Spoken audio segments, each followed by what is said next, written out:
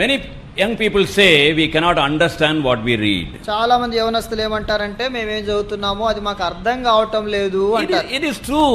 At the first reading we cannot understand everything in the Bible. అది నిజమే. మొట్టమొదటిసారి బైబిల్లో మనం చదివినప్పుడు ప్రతిదీ మనకు అర్థం కాదు. Every doubt we can convey to the Lord in prayer. He will clear it later on. మనకు వచ్చే ప్రతి అనుమానం ప్రార్థనలో దేవునికి తెలియజేస్తే తర్వాత దేవుడు ఆ అనుమానాలన్నీ తీరుస్తాడు. Secondly, many young people say, ఇంకా చాలా మంది రెండవదిగా యవనస్తులు అంటారు, what is the use of simply reading? I don't remember anything.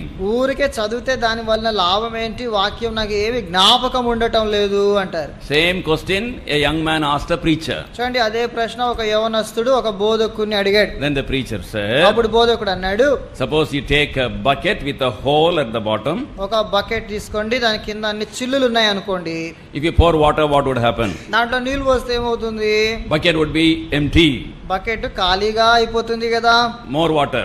ఇంకా నీళ్లు పోయండి, Bucket is again empty. ఆ బకెట్ మళ్ళీ ఖాళీ అయిపోతుంది. More water. ఇంకా నీళ్లు పోయండి, Bucket would be empty. ఆ బకెట్ ఖాళీగానే ఉంటుంది. Then the preacher asked, అప్పుడు బోధకుడు అడిగాడు, what would happen? ఏమవుతుంది అక్కడ? Nothing would happen. Bucket is empty.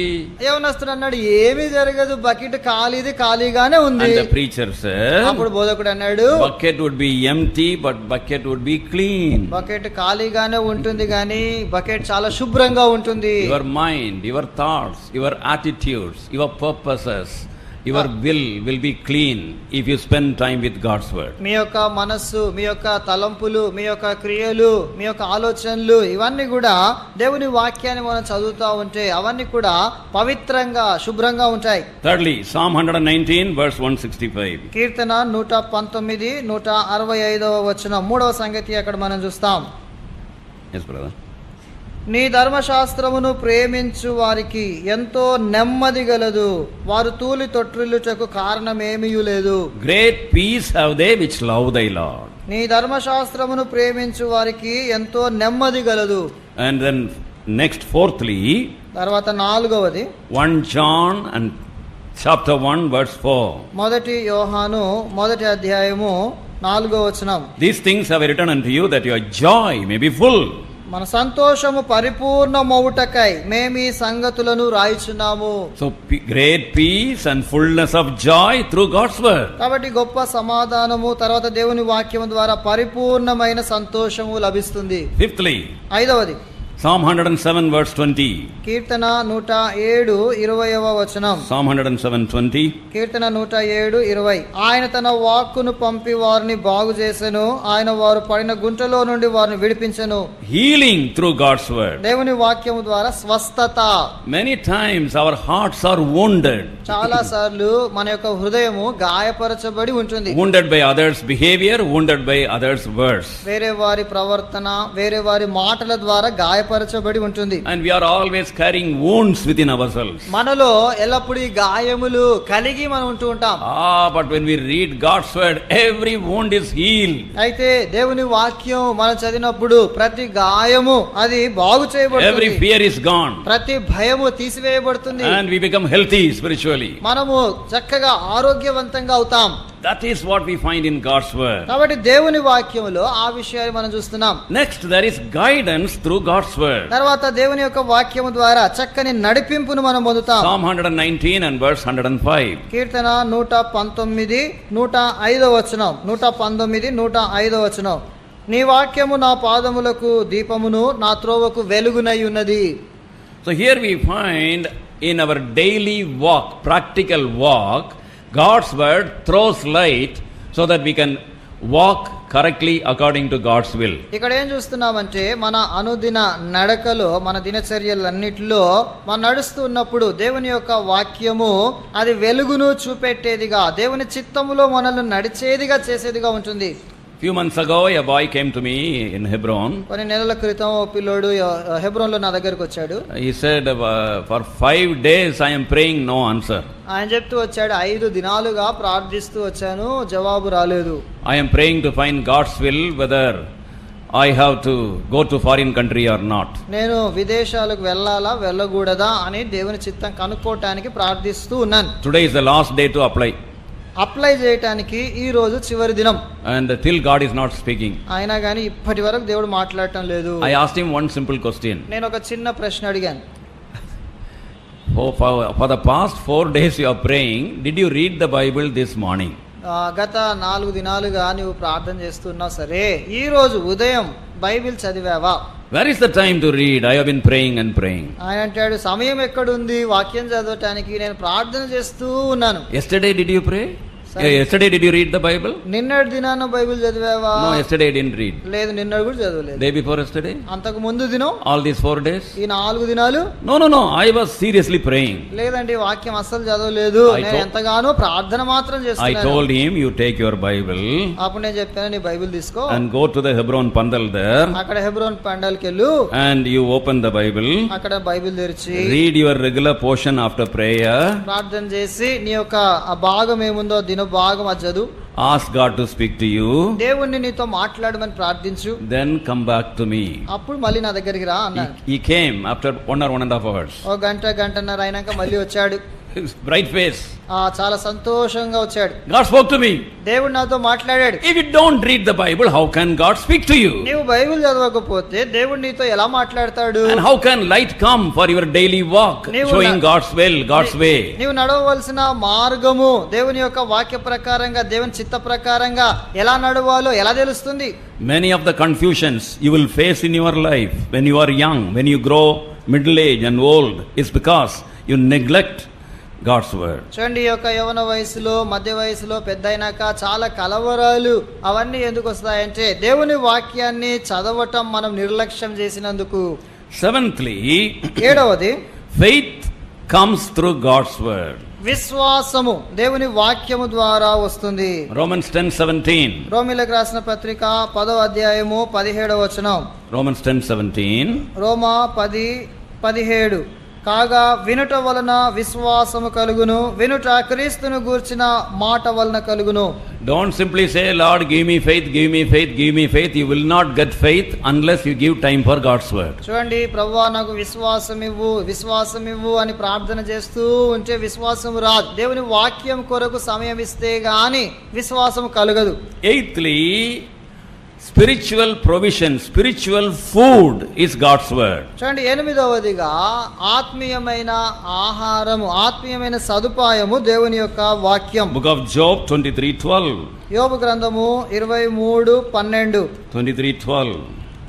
యోబు గ్రంథం 23వ అధ్యాయము 12వ వచనం. ఆయన పెదవుల ఆజ్ఞను నేను విడిచి తిరగలేదు, ఆయన నోటి మాటలను నా స్వాభిప్రాయము కంటే ఎక్కువగా ఎంచితిని. Ninthly, victory through God's word. 9వది దేవుని వాక్యము ద్వారా విజయము. Psalm 119 and verse 11. కీర్తన 119 11వ వచనం. నీ ఎదుట నేను పాపము చేయకుండానట్లు నా హృదయములో నీ వాక్యము ఉంచుకొని ఉన్నాను. Psalm 119 verse 11. కీర్తన 119 11వ వచనం. This is spiritual victory. చూడండి, ఇది ఆత్మ సంబంధమైన విజయం. Victory in studies, victory in the job, victory in problems, that is also through God's word. చూడండి, ఈ యొక్క ఉద్యోగ రీత్యా విజయము, సమస్యల్లో విజయము, ఇటువంటి విజయం కూడా studies. చదువుల్లో విజయం, అది కూడా దేవుని వాక్యం ద్వారా లభిస్తుంది. Joshua 1:8. యెహోషువ గ్రంథం 1వ అధ్యాయము 8వ వచనం. Joshua 1:8. యెహోషువ గ్రంథం 1వ అధ్యాయము 8వ వచనం. ఈ ధర్మశాస్త్ర గ్రంథమును నీవు బోధింపక తప్పిపోకూడదు, దానిలో వ్రాయబడిన వాటన్నిటి ప్రకారము చేయుటకు నీవు జాగ్రత్త పడినట్లు దివారాత్రము దాని ధ్యానించిన ఎడల నీ మార్గమును వర్ధిల్ల చేసుకొని చక్కగా ప్రవర్తించదవు. Thou shall be prosperous and have good success. నీ మార్గమును వర్ధిల్ల చేసుకొని చక్కగా ప్రవర్తించదవు. I have told this to many young people. చూడండి, ఈ విషయాన్ని చాలా మంది యవనస్తులతో చెప్పాను. One boy was getting digit marks in mathematics. చూడండి, ఒక పిల్లోడికి మ్యాథమెటిక్స్ లో ఒక అంక మార్కే వచ్చేది. Then I told him, you read 10 chapters a day. దినానికి 10 అధ్యాయాలు వాక్యం చదవటం ఆరంభించు అన్నాను. After reading, then you read your lesson. నీవు ఆ రీతిగా వాక్యం చదివినాక నీ పాఠాలు చదువుకో అన్నాను. And he wrote his government examination. ఆయన తన గవర్నమెంట్ ఎగ్జామ్ రాశాడు. More than 60%. 60% కంటే ఎక్కువ మార్కులు వచ్చాయి. This is one. చూడండి ఇది ఒక్కటి చెప్తున్నాను. I have been meeting with young people. Last time I met in Kadapa. చూడండి చాలా మంది యవనస్తుల్ని కలుస్తూ వస్తున్నారు. That boy is in United States now.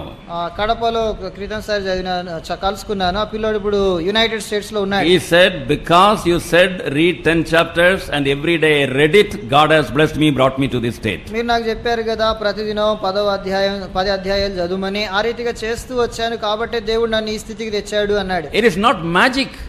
ఇదేదో మ్యాజిక్ కాదు. It is God's principle. ఇది దేవుని యొక్క నియమము. You read it, you meditate it day and night, thou shalt have good success. చూడండి నీవు వాక్యాన్ని చదివి దివారాత్రము ధ్యానించినట్లయితే నీ మార్గమును వర్ధిల్ల చేసుకుంటావు. And I'm not going to add to other points. ఇంకా వేరే సంగతులన్నీ చెప్పను. Now the third question we will face. ఇప్పుడు మూడవ ప్రశ్న చూద్దాం. How to use or what to do with the word of God. చూడండి ఈ యొక్క దేవుని యొక్క వాక్యముతో ఏమి చేయాలి, లేక దేవుని వాక్యాన్ని నేను ఎలా వాడుకోవాలి. It is nice for me because last night already our precious brother has said it. ఎందుకంటే నిన్నటి రాత్రి మన సహోదరుడు ఆ విషయాలన్నీ చెప్పాడు కాబట్టి చాలా సంతోషంగా ఉంది. I only quickly just mention. నేను త్వరగా ఆ సంగతులు ఒకసారి చెప్పేస్తాను. Number 1, read God's word. మొట్టమొదటిది దేవుని వాక్యాన్ని చదవాలి. Deuteronomy ద్వితీయోపదేశ కాండం chapter 17 17వ అధ్యాయము verse 19. 19వ వచనం. Deuteronomy ద్వితీయోపదేశ కాండము 17 and 19. 17వ అధ్యాయము 19వ వచనం. అది అతని యొద్ద ఉండవలెను, తన రాజ్యమందు తానును తన కుమారులను ఇశ్రాయేళ్ల మధ్యను దీర్ఘాయుష్మంతులగునట్లు తాను తన సహోదరుల మీద గర్వించి ఈ ధర్మమును విడిచిపెట్టి కుడికి గాని ఎడమకు గాని తొలగకయుండునట్లు తన దేవుడైన యెహోవాకు భయపడి ఈ ధర్మశాస్త్ర వాక్యములన్నిటినీ ఈ కట్టడలను అనుసరించి నడవ నేర్చుకొనుటకు అతడు తాను బ్రతుకు దినములన్నీయు ఆ గ్రంథమును చదువుచుండవలెను. Let him read in it daily.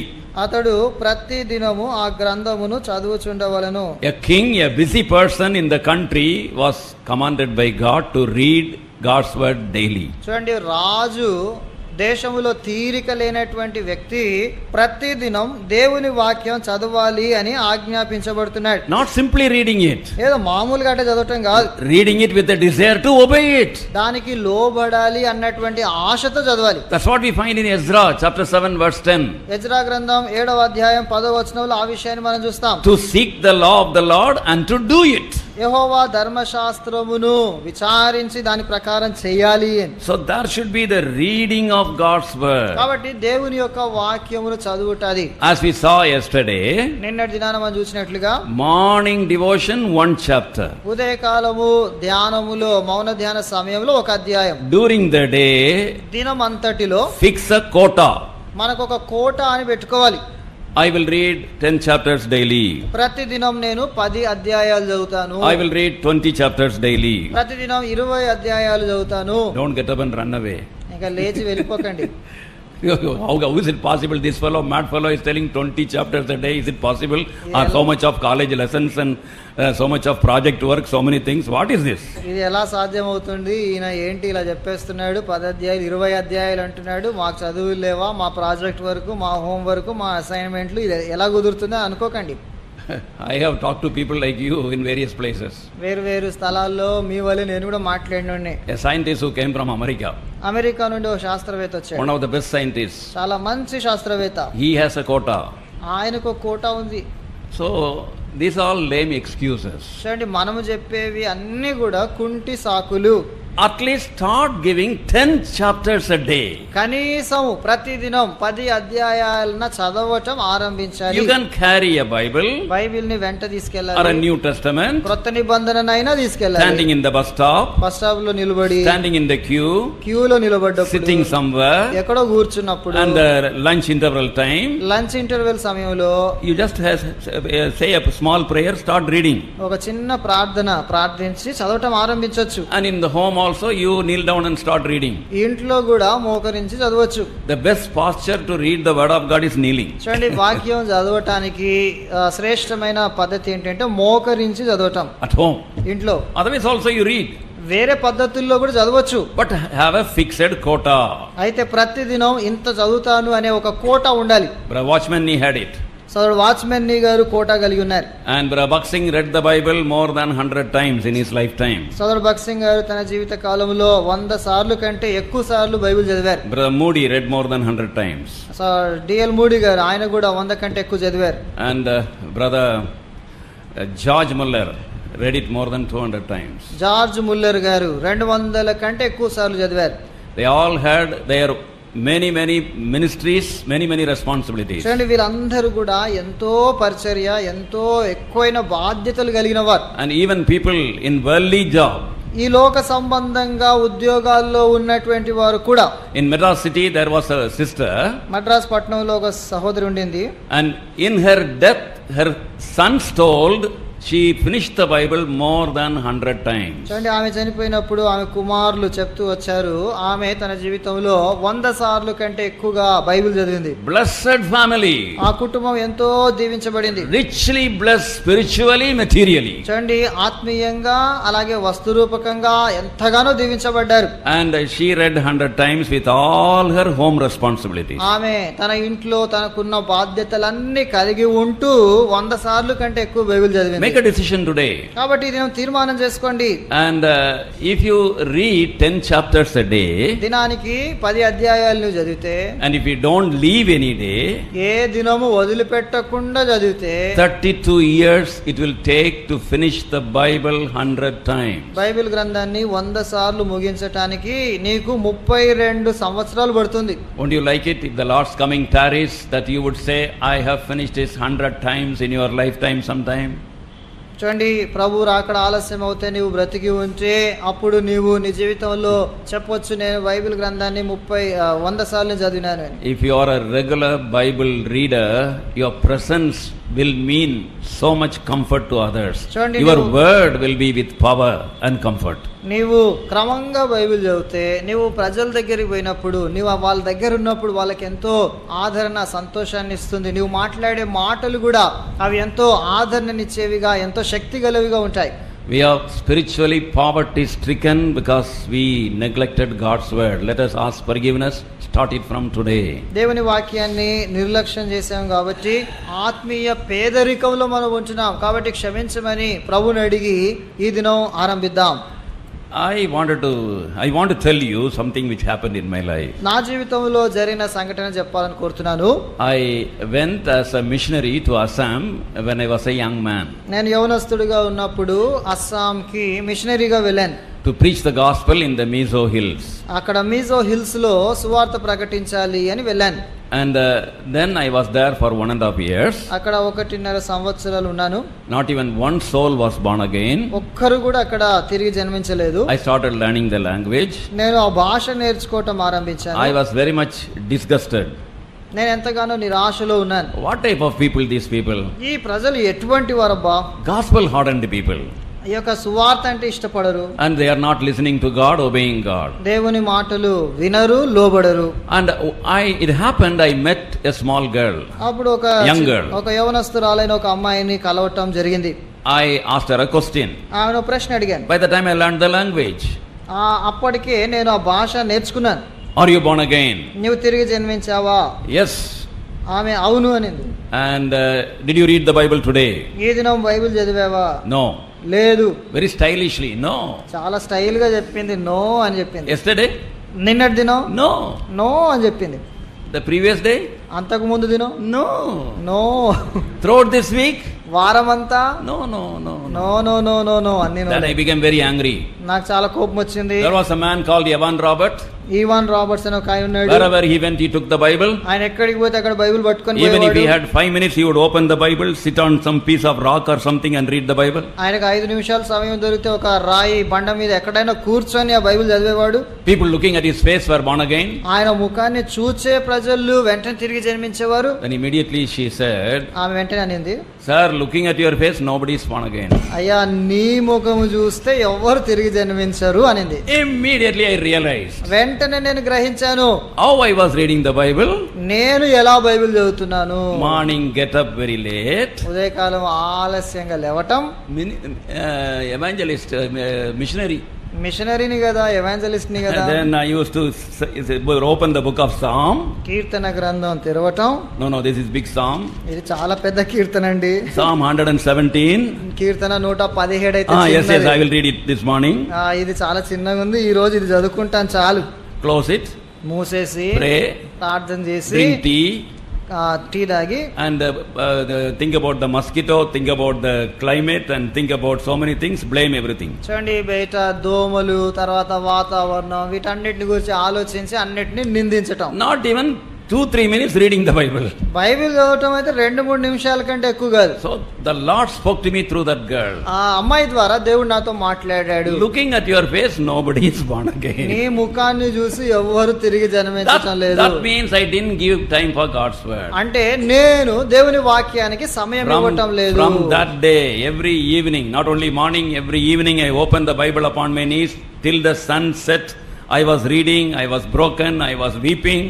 Within 1 month, many were born again. చూడండి ఆ దినము నుండి సాయంకాల సమయంలో బైబిల్ తీసుకొని సూర్యుడు అస్తమించే వరకు, వెలుగున్నంత వరకు బైబిల్ చదువుతూ, దుఃఖిస్తూ, ప్రార్థిస్తూ చదువుతూ ఉన్నాను.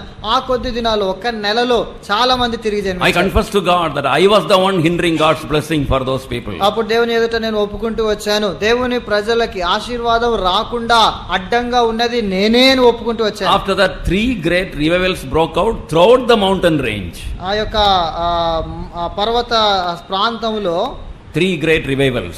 3 గొప్ప ఉజ్జీవాలు వచ్చాయి. I don't want to speak about all those things. అవన్నిటిని గురించి చెప్పను నేను. Because if you start reading the Bible and finishing your quota daily, see how much difference it makes in your life, your family, and also in the assembly. కాబట్టి మీరు మీ యొక్క బైబిల్ని క్రమంగా చదివి ప్రతిదినం మీ కోట ముగిస్తూ ఉంటే మీ జీవితంలో, మీ కుటుంబ జీవితంలో, పరిసరాల్లో, మీ చుట్టూ ఎలా దేవుడు కార్యం చేస్తాడో చక్కగా మీరే చూడండి. And yesterday brother was telling, నిన్న దినాన్ని సహోదరుడు చెప్తూ వచ్చాడు, not only we read, చదవటమే కాకుండా we memorize, మనం కంఠత చేస్తాం, we share God's word, దేవుని వాక్యాన్ని పంచుకుంటాం, and we obey God's word. దేవుని వాక్యానికి లోబడాలి. Not only that, we study God's word. అంతేకాకుండా దేవుని వాక్యాన్ని పఠించాలి. No time to give you references. అవన్నీ రెఫరెన్స్ ఇవ్వడానికి సమయం లేదు. And also equally important, carry God's word. చూడండి అంతే ప్రాముఖ్యమైన సంగతి ఏంటంటే దేవుని వాక్యాన్ని మోసుకెళ్ళాలి. Don't feel ashamed to carry God's word. దేవుని వాక్యాన్ని వెంట తీసుకొని వెళ్ళటానికి సిగ్గుపడకండి. If you carry the Bible, Bible will carry you. మీరు బైబిల్ని మోసుకెళ్తే బైబిల్ మిమ్మల్ని మోసుకెళ్తుంది. Later on you read Ezra chapter 7:40 and chapter 7:25. తర్వాత చదవండి ఎజ్రా గ్రంథం 7వ అధ్యాయము 40వ వచనము 25వ వచనం. There we find Ezra carried the big Bible even to the king's palace. అక్కడ మనం చూస్తాం ఎజ్రా రాజు యొక్క అంతఃపురానికి ఒక పెద్ద బైబిల్ ఆయన వెంట చేతిలో తీసుకుని వెళ్ళాడు. Those days small Bibles were not available. ఆ దినాల్లో చిన్న చిన్న బైబిల్ లేవు. So the king said, కాబట్టి రాజు అంటాడు, the wisdom of God in your hand. నీ చేతనున్న దేవుని యొక్క జ్ఞానము అంటాడు. Oh my precious son, my precious daughter, carry the word of God. Word of God will carry you the rest of your life. కాబట్టి నా ప్రియ కుమారుడా, కుమార్తె, దేవుని యొక్క వాక్యాన్ని నీ చేతిలో, నువ్వు ఎక్కడికి వెళ్తే అక్కడికి మోసుకెళ్ళు. దేవుని వాక్యం నిన్ను మోసుకెళ్తుంది. Shall we pray? ప్రార్థన చేసుకుంటాం. Loving Father, whatever is said in much weakness, limitation, thou will bless it, multiply it, use it for thy glory. ప్రేమగల తండ్రి, బలహీనతతో ఏదైతే ఇవ్వబడిందో మీ మహిమార్థమై మీరే ఆశీర్వదించమని ప్రార్థిస్తున్నాం. Bless our children. మా బిడ్డలందరినీ దీవించండి. Be with us the rest of the time. మా మిగతా సమయంలో మాకు తోడుగా ఉండండి. Prepare us for the second part. 2వ భాగం కొరకు మమ్మల్ని సిద్ధపరచండి. And we pray thou will water thy word, preserve it, make it fruitful in every life. వాక్యానికి నీరు కట్టండి, ప్రతి ఒక్కరి జీవితంలో ఫలభరితంగా చేయమని ప్రార్థిస్తున్నాం. We give thee all the glory and praise.